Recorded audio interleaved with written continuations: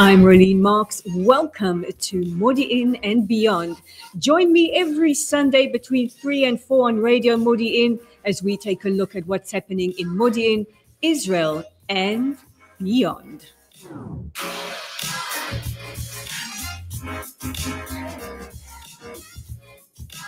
I'm Rolene Marks. As the intro says, do it. Listen to Modiin and Beyond right here on Radio Modiin every Tuesday between 10 and 11 with me, Rolene Marks, where we take a look at what's happening in Modiin, in Israel and beyond. Now, just a reminder, if you want to advertise on Radio Modiin, you can be in touch with us via our website, radiomodiin.co.il, or via our Facebook page. Coming up on today's show, we have quite a jam-packed one. We have Neta Schreiber. She is the CEO and co-founder of SafeUp. She's going to talk about what that is and their partnership with Waze. We're also going to be talking to Eytan Fischberger. We're going to be unpacking Francesca Albanese. She is the UN Special Rapporteur on the Palestinians, some of her very, very inflammatory and controversial statements. And then we're going to be ending off our show with Jonathan Feldstein, the president of Genesis 123. We're going to talk about Hanukkah, Christmas time, and all those good things. But we're also going to be having some excellent music like this song right here.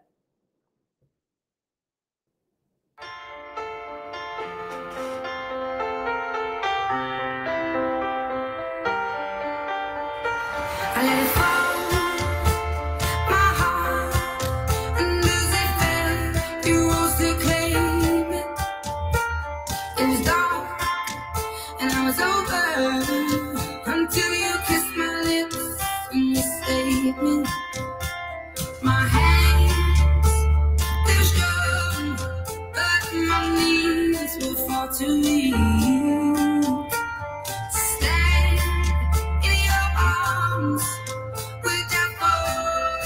To your feet, but there's a side to you that I never knew. All the things you say, they were never true, and the games you play, you would always win.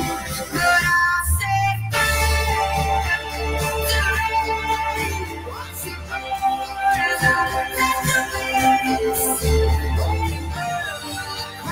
cause I heard it screaming out your name. Rolene, with you, I could stay there, close my eyes to you. Forever, you and me together, nothing is better. Cause there's a side to you that I never knew. All the things you say, they were never true. You would always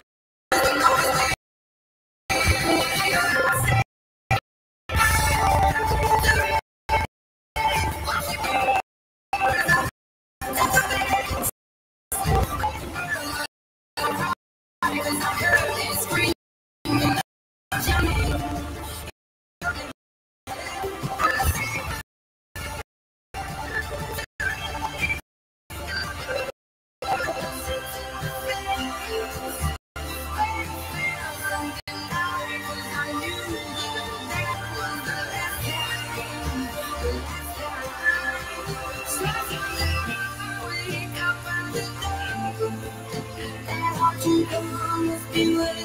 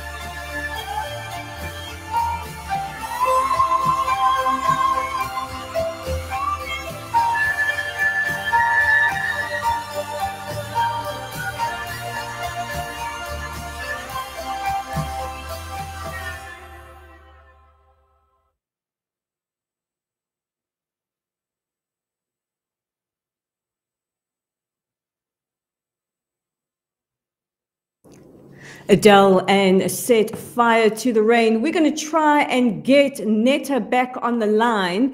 But just a reminder to listeners that Radio Modiin is a station based right here in Modiin for the citizens of Modiin. And we have a whole host of different shows in Hebrew. We have one in Spanish. And we would love to hear from you. If you have any ideas that you would like to share, please be in touch with us via our website or via our Facebook page. We have an Argentinian supporter behind the glass here, my engineer, Per Atias. He's saying, talk about the Mondial, talk about the World Cup. It was an extraordinary match on Sunday night. I think actually the match of history, you know, France putting up a tremendous fight against the Argentinians, but Lionel Messi, you know, proving that he is the GOAT, the greatest of all time. And what is very interesting is that he has a Jewish connection. Just before the World Cup began, he was photographed at the Kotel, at the Wailing Wall, saying his prayers. I think we all know what was written in his little petek, in his little note that he put inside. And we can see his prayers were answered. And also a huge kol hakavod to Israel's foreign ministry for setting up a temporary consulate in Doha to take care of all the needs of the now 10,000 Israelis that attended the World Cup. We know that the two countries don't have bilateral relations, and there were concerns about how Israeli fans would be treated. We certainly saw that with Israeli journalists, some of them being subjected to some of the most appalling treatment. But thank goodness it all went off without incident. We can say, kol hakavod, vamos, Argentina. And just a reminder, you tuned into Modiin and Beyond on Radio Modiin.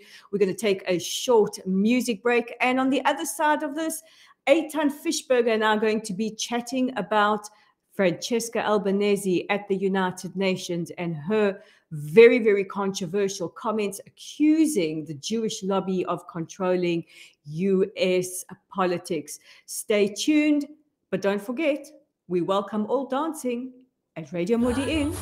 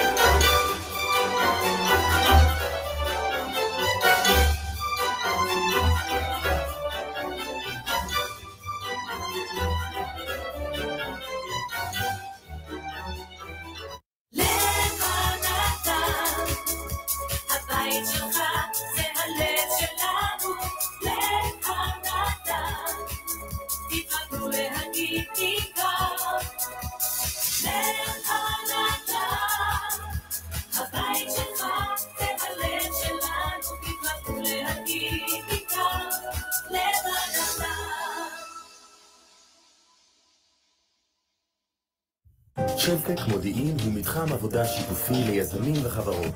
בשלטק תמצאו עמדות עבודה אישיות, משרדים סגורים, חדרי ישיבות מרווחים, מרחבי הדרכה משודרגים. בקיצור, כל מה שעסק בצמיחה צריך. שלטק, עסקים שגדלים יחד. מחפשים חוויה משפחתית שוברת שגרה? דייט מוצלח ורומנטי? חוות צהלה, מזמינה אתכם לרכיבת שטח חווייתית במיוחד. בתוך הנוף קוצר הנשימה של עמק איילון. חוות צהלה, תתכוננו להתאהב. לפרטים 055-662-6773.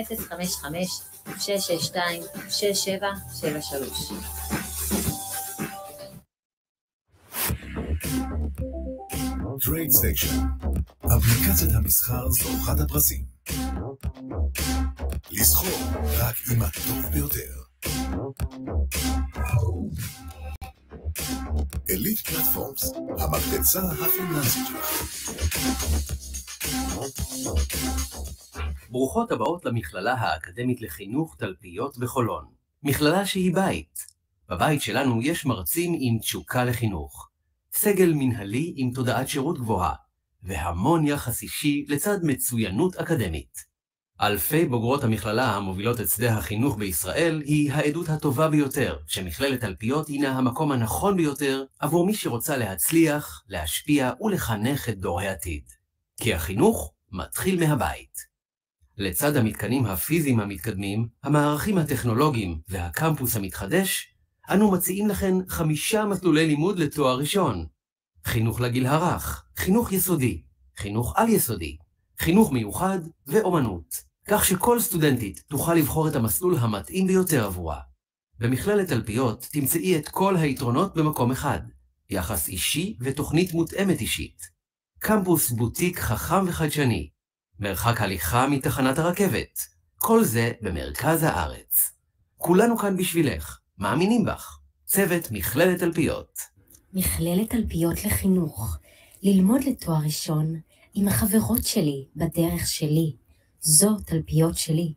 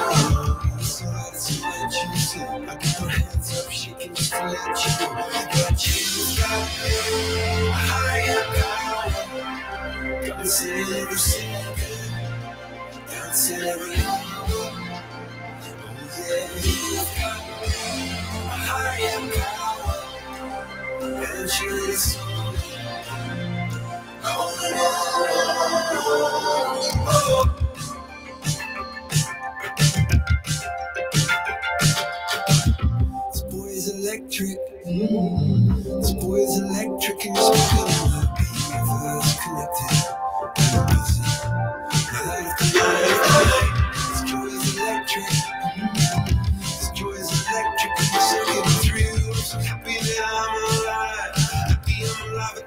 sometimes you can see you've got a higher power. You can say that's area. You've got a higher power. And you listen. I wanna know.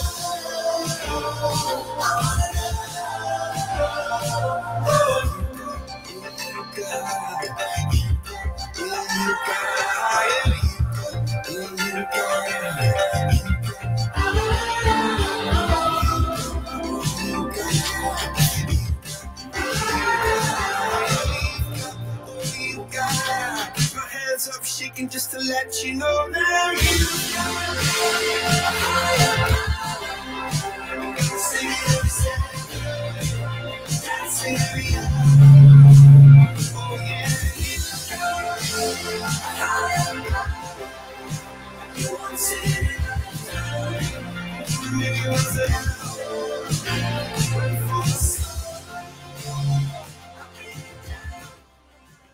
It's a dance party here in the studio. Coldplay and Higher Power. You tuned to Modiin and Beyond with me, Rolene Marks, on Radio Modiin. And we're going to be chatting to Eytan Fischberger. He's a writer. He's a political commentator. He's with me on the line. Eytan, welcome back. Thanks for having me. Good to be here. Good to have you. Now, last week, UN Special Rapporteur Francesca Albanese was featured in an op-ed in the Times of Israel with very, very controversial comments accusing the Jewish lobby of controlling US politics. Why we should have such control. Along with that media control, the space laser, and all those wonderful things that we are accused of. But all jokes aside, these are seriously anti-Semitic allegations. And this is not the first time we've heard her make such appalling comments. So let's unpack this. Who is Francesca Albanese, and what exactly is her role at the United Nations? Sure. So Francesca Albanese is the UN Human Rights Council's special rapporteur for the situation of human rights in the Palestinian territories occupied since 1967. Which is a very fancy way of saying that her role is specifically to investigate Israel for alleged crimes in perpetuity. Even the title itself basically, gives the game away that there's an inherent bias against Israel because it's not about, it's not about potential Palestinian violations or of Hamas, killing people in the Gaza Strip or their arbitrary arrest and torture. It's all about Israel, and in fact, it's the only, if I'm not mistaken, the only UN special rapporteur, because there's there's many dozens of special rapporteurs, each designated to a specific territory or a specific theme, let's say, like freedom of religion, freedom of things like that. She's the only one that is basically designated to a non-state actor criticizing a member state. So there's something very unique about this position that basically sets it up to be a vehicle to demonize Israel. Now, what's the backstory here to this particular story with Albanese? Sure. So since she was appointed, I think in May of this past year, there have been a couple of instances that she has out and out glorified or expressed support for Palestinian terror or for Palestinian terrorists. I think even maybe it was last month, she had spoke at a Hamas conference in the Gaza Strip alongside. I mean, she spoke virtually because she hasn't gotten into the Gaza Strip yet, even though she could probably just go in through Egypt. So I don't know what she's making a big fuss about. But she spoke at this event that was attended by Hamas members, by PIJ members, by PFLP members, and she said, "You have the right to resist Israel," which is obviously a call for violence against Israelis. She had once said that the Palestinian people have been denied for 55 years, freedom, and therefore Palestinian violence is inevitable. She's really had a history of these pro-terror comments. But what happened last week was that the Times of Israel had exposed old social media posts of hers where she had mentioned that the Jewish lobby, quote unquote, had subjugated the United States, which if you've ever read like Mein Kampf or Der Stürmer and Nazi propaganda, it's pretty much lifted directly from there, and that created a whole wave of criticism from obviously Israel and from Jews around the world, but also from the United States' Special Envoy to Combat Anti-Semitism, Deborah Lipstadt, and from the U.S.'s ambassador to the UN in Geneva, who also condemned the comments.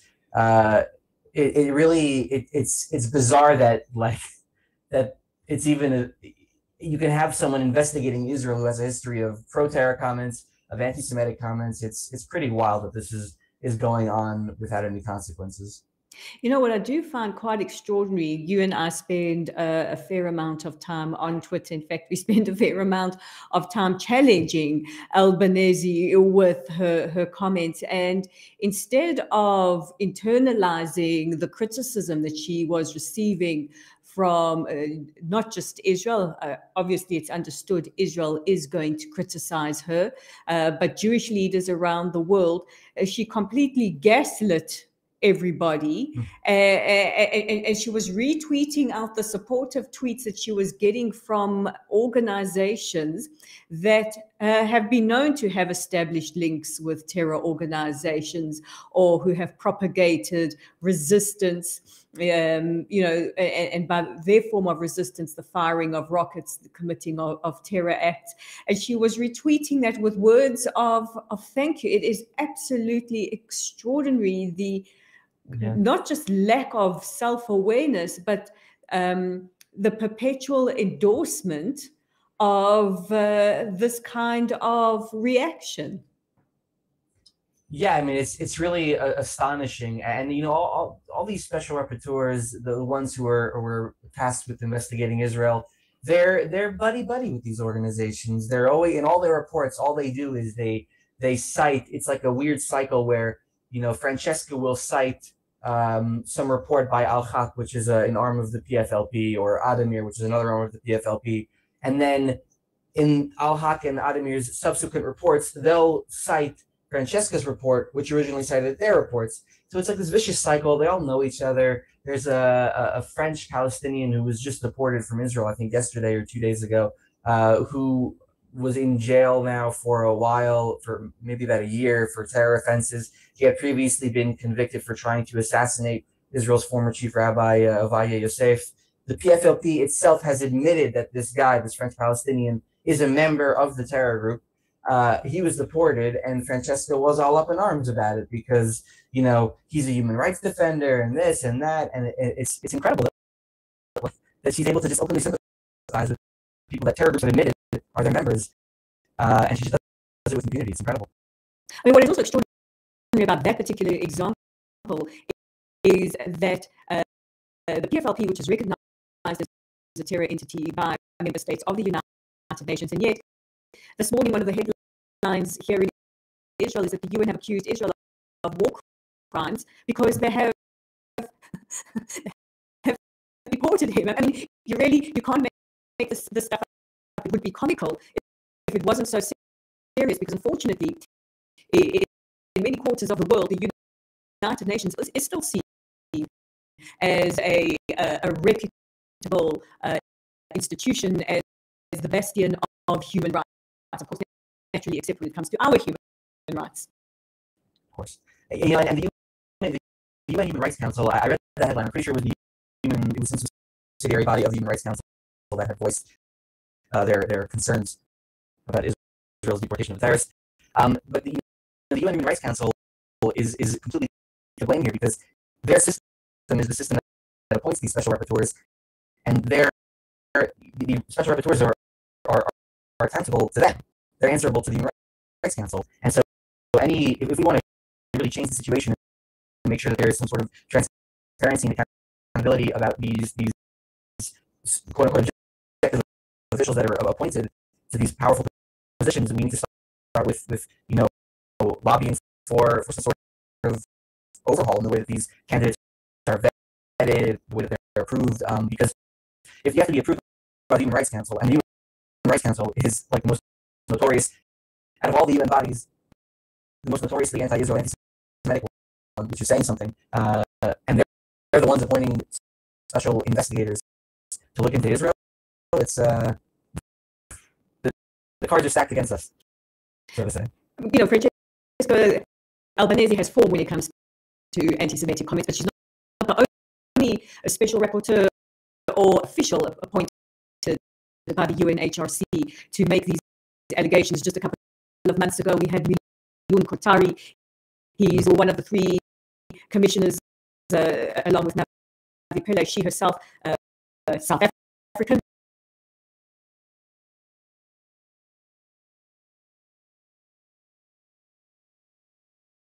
Known for her comments, the third in their triumvirate of nonsense, also saying that Jews spray around the accusation of anti-Semitism like confetti at a wedding. I forget his name, but Milun Kotari also having a history of allegations about the Jewish lobby. In that case, he said the Jewish lobby control the social media. And if I Francesca, first of all, yes, if only only half of the things the anti-Semites said about us were true, our situation would be a lot better if we were as powerful as they say. No, I'm pretty sure Francesca also even defended Milun Kotari when those comments were when he uttered those comments a few months ago. And now looking back in hindsight, of course she would defend them as not anti-Semitic, because maybe she knew that one day someone would expose these comments of hers that were pretty much identical. And so if you have two officials that are tasked with looking into Israel at the UN Human Rights Council, and both of them have used the Jewish lobby slur. It's it speaks for itself. However, the difference here is when Kotari made his comments, we had countries in force condemning it. We had condemnations right from Antonio Guterres, the Secretary General of the United Nations, all the way down, and now we have this happening again. So clearly there is a problem, as you just said, with the UNHRC and how they appoint these various officials. But do you think that we're ever going to see the United Nations accepting accountability or responsibility, or trying to, change the way that they do things? Not unless they're pressured to. They're not going to do it of their own volition, that's for sure. But the U.S. rejoined the Human Rights Council at some point last year, if I'm not mistaken. And one of their pledges when they rejoined was that they're going to ensure that they weed out systemic anti-Israel bias within the Human Rights Council. And so we have to do what we can, however we can, from various different angles to ensure that the U.S. Government stands by its words. Besides that, listen, Israel can wail and gnash speak all it wants, but really the U.S. I think would be the key vehicle here, the key entity that could really push for any systemic reform. Where's Nikki Haley when you need her, huh? Where is Haley's comment? We need her blazing in, lighting the fire. But it is reassuring to hear from the US's ambassador to the UNHRC, Michelle Taylor, condemning it. The ambassador to the UN General Assembly condemning it, to hear Special Edwin anti-Semitism, Deborah Lipstadt condemning it. But I just find it extremely ironic. You will have bodies like the Alliance of Civilizations talking about combating anti-Semitism, and they do admirable work in Holocaust education and combating Holocaust denial. But there still seems to be, Antonio Guterres has also commented on that, but there seems to be this disconnect. They can't seem to make the connection between what we call traditional kind of anti-Semitism and this new form of anti-Semitism, which is the demonization of the Jewish state. Yeah, and that brings up back to the discussion of the higher definition of anti-Semitism that we discussed last time I was on the show. And Francesca, coincidentally, has made it her one of her chief objectives, to demonize the IHRA definition and to delegitimize it as much as she can, probably because she knows that, under the IHRA definition, she'd correctly be labeled as an anti-Semite. And so the IHRA definition here, once again, just to bring back the points that we were discussing last time, would certainly be a useful tool in this regard to help really clarify and show everyone that there is an anti-Semitism problem at the UN Human Rights Council. It's absolutely extraordinary. I can't help think if there was any other minority community anywhere around the world who had worked with scholars, with world leaders, to come up with a very, very clear definition about what they consider racist or discriminatory against them. Would they be as gasless or condemned for it as much as Jews around the world are? Yeah, listen, once again, just a unique way that anti-Semitism is so unique among the hates. It's like you said, I'm having trouble thinking of another example where that would be kosher, so to speak. It would never been allowed. Now, Eytan, you are a writer, you are a commentator. If people want to read your body of work, where can they find you? They can find me on Twitter at E Fischberger. That's Fischberger, or they can find me on Google or find me on your show. Definitely find you right here on Modiin and Beyond. Eytan, thank you for coming to chat to us this morning about what is guaranteed to raise the blood pressure, not just of all of us here in Israel, but Jews around the world, which is the persistent and just ludicrous anti-Semitism of UN special rapporteurs like Francesca Albanese. We're going to take another short music break, and on the other side of this, we're going to be talking to the president of the Genesis 123 Foundation, Jonathan Feldstein, about awesome work between Jews and Christians to celebrate Hanukkah. It is Hanukkah at the moment. Hanukkah Sameach, everybody, and the Christians who will be celebrating Christmas later this week. This is Radio Modiin. I'm Rolene. You're tuned to Modiin and Beyond.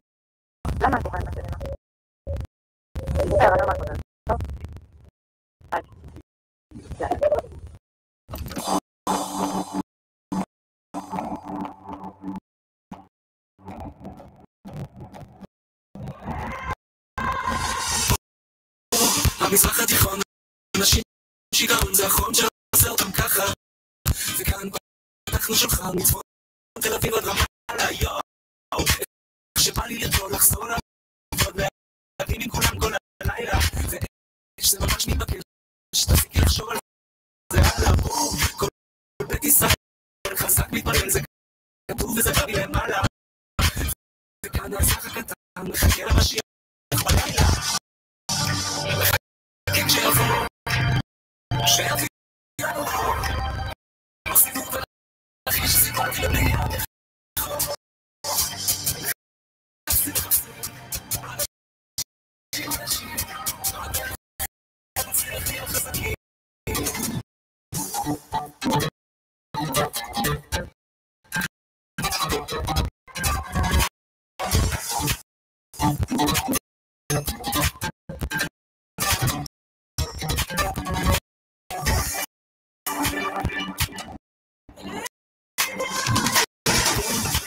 במזרח התיכון, אנשים שיגעון, זה הלחץ עשה אותם ככה. אז בואו, רגע בוא נדבר על דברים ששכחת. איך יפה נדבר, אפילו שקראת, שמיים פתוחים של הלילה. איך יפה הצפון ועד החברון, לא זה לפני באיטליה. כמה בא לי איטליה, כמה בא לי צרפת, או אפילו איטליה. לעלות על מטוס, וגם השעות, אז יאללה הביתה. כל בית ישראל חזק מתפלל, זה כתוב וזה בא מלמעלה. וכאן נזרח הקטן מחכה למשיח בלילה. ומחכים שנבוא, שיביא לנו לא סיפור מלאכי שסיפור תלמיד אנשים עד האחד הזה הכי חזקים.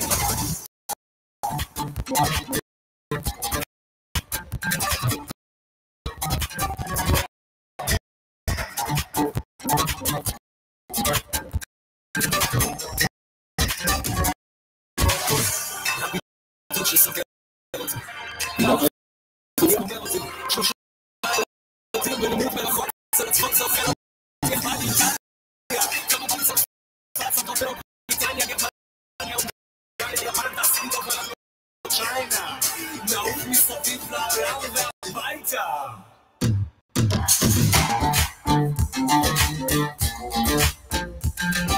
hear you.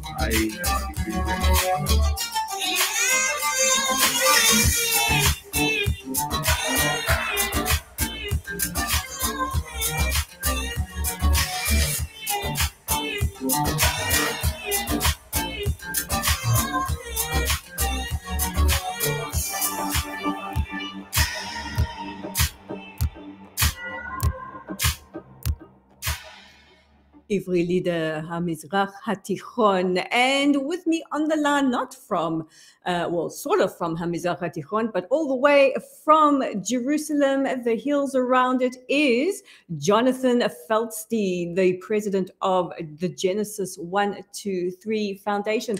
Jonathan, welcome back to Modiin and beyond. Good morning, Rolene. It's great to be back with you. It's great. Chanukah Sameach. Let's not forget that. Chanukah Sameach from the city of the Maccabees, Modiin. We are central. Well, I'm from the city of where the battle behind my house was, where Eleazar got squashed by an elephant. It's extraordinary. Wherever you walk in this incredible country of ours, you follow in the footsteps of the prophets of the Bible, of Jewish history. It's just something so special. And what is very, very special is that it's a special time, not just for Jews. We are celebrating Chanukah, but also for Christians, as later this week they celebrate Chag HaMolad or Christmas. Correct. It's actually very interesting. On Thursday morning, I'm going to the Jaffa Gate, where the city annually gives out Christmas trees to Christian residents. It's probably the only place in the world where a city is giving free Christmas trees to Christian residents. I love it. Now, your organization does amazing work in helping to bring people of different faiths together. Can you tell us a little bit about the work that the Genesis 123 Foundation does with the Christian community? Sure. So our unique niche is to build relationships between Christians and Jews and Christians with Israel in ways that are new, unique, and meaningful. And what that means is to have real relationships, not make it all and only about the money, which too many do, and really underscore a very strong foundation that so many Christians have, but don't have personal connections here. Their faith is strong, but often knowledge and connections are not as strong as their faith. So we launched in our first year a fabulous program called Run for Zion. It's the first Christian-oriented program around the Jerusalem Marathon, which was going great up until the pandemic, but we're coming back in March of this coming year.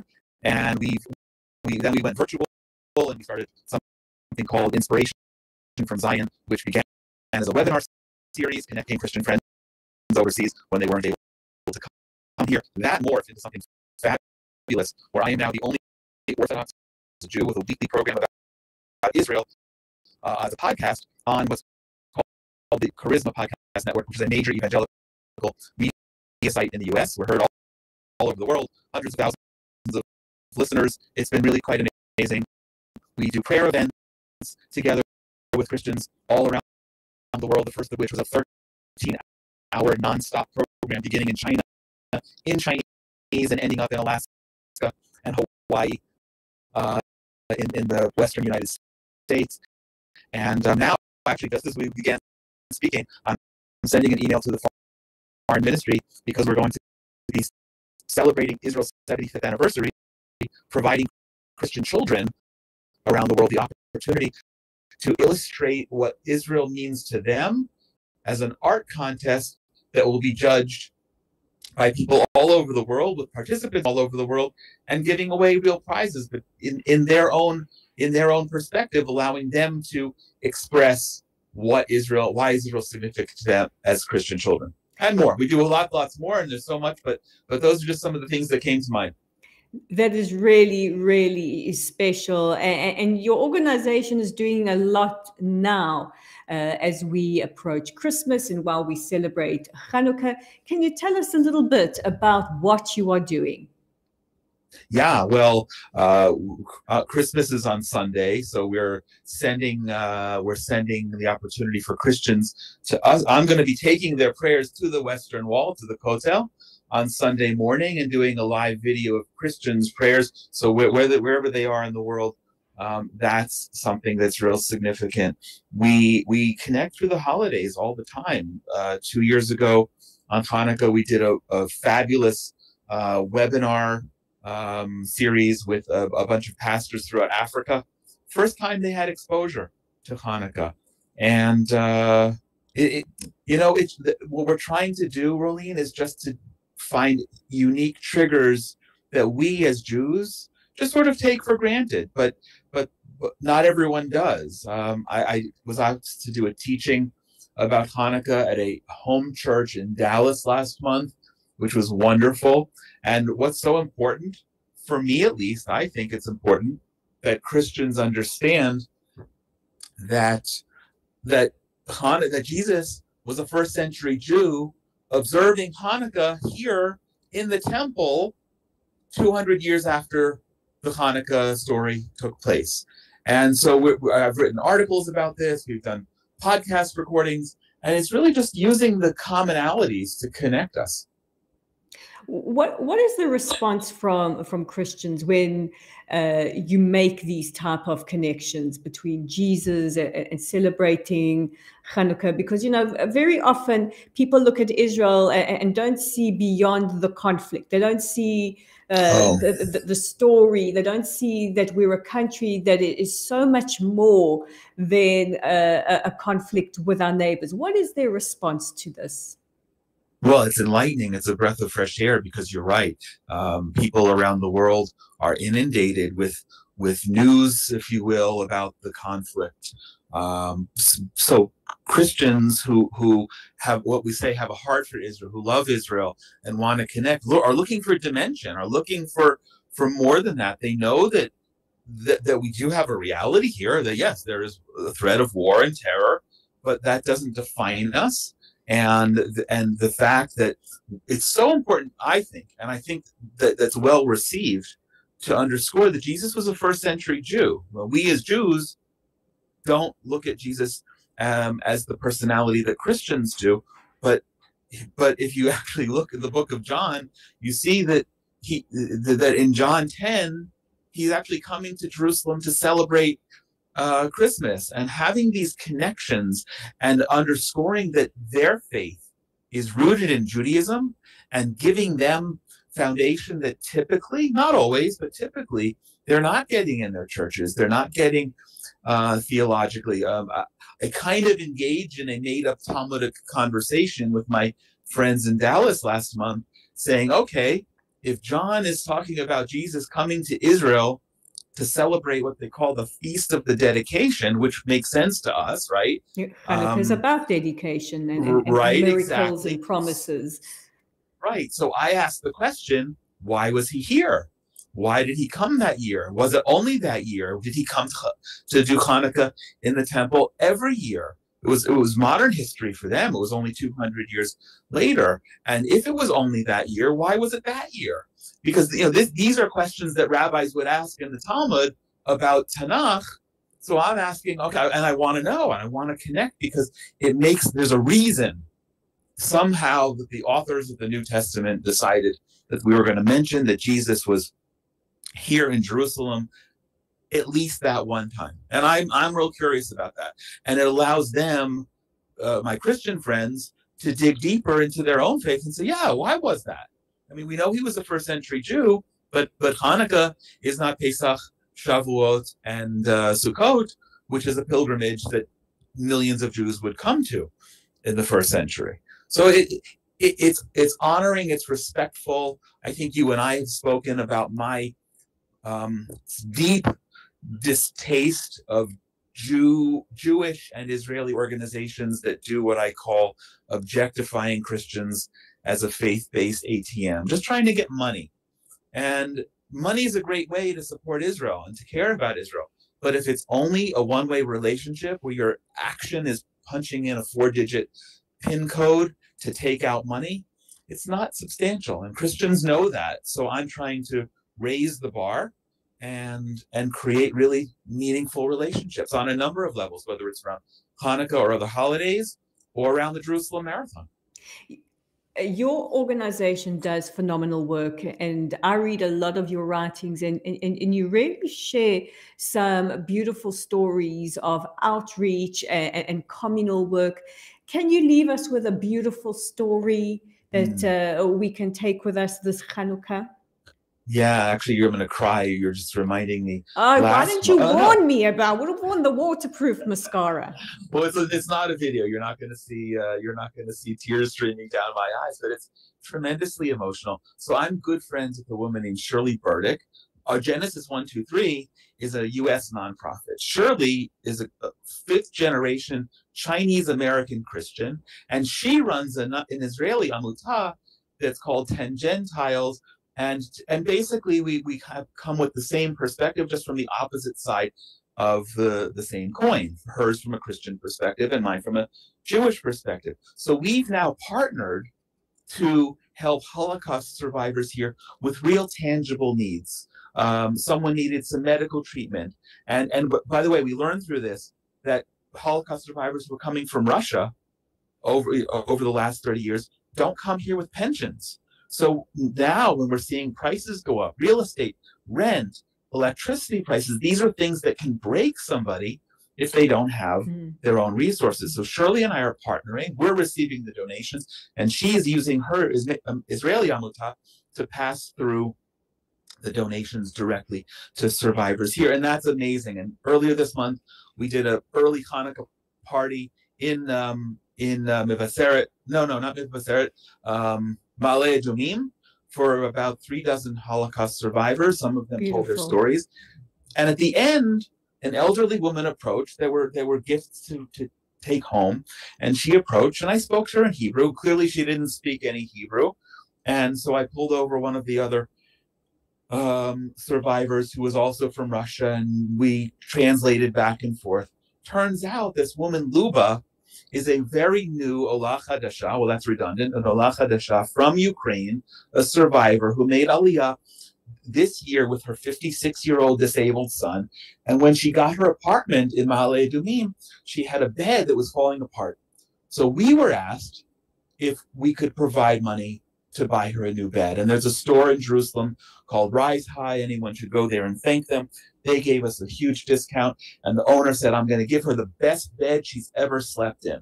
And all of a sudden, I realized I'm speaking to this woman who's now sleeping in this bed.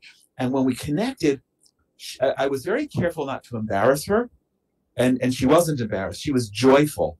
And I was so happy to be able to be there at this event organized by a Christian group in which we were participating, and now had the privilege of all circling back to this one particular woman who just needed a new bed so she could sleep comfortably. Well, you're right. The story did make me cry. If anybody wants to support the Genesis 123 Foundation and find out more about the work that you do, Jonathan, tell our listeners where they can find you.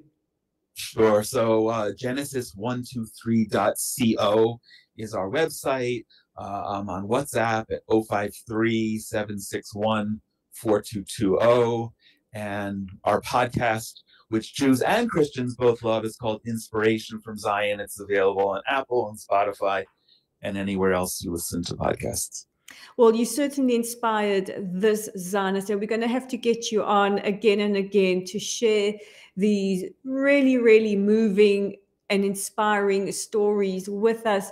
Jonathan, I want to wish you a Chag Chanukah Sameach. Please come back soon and share more about your work. And that's going to be it from me today. A big thank you to Pe'er Atias, my engineer behind the scenes. always brilliant, always making sure that everything goes seamlessly. A big thank you to my guests, Eytan Fischberger and Jonathan Feldstein. We're going to try get Neta from Safe Up back in the future, some technical gremlins. And thank you to you, the listener. Chag Sameach. And I'm going to catch you next Tuesday between 10 and 11.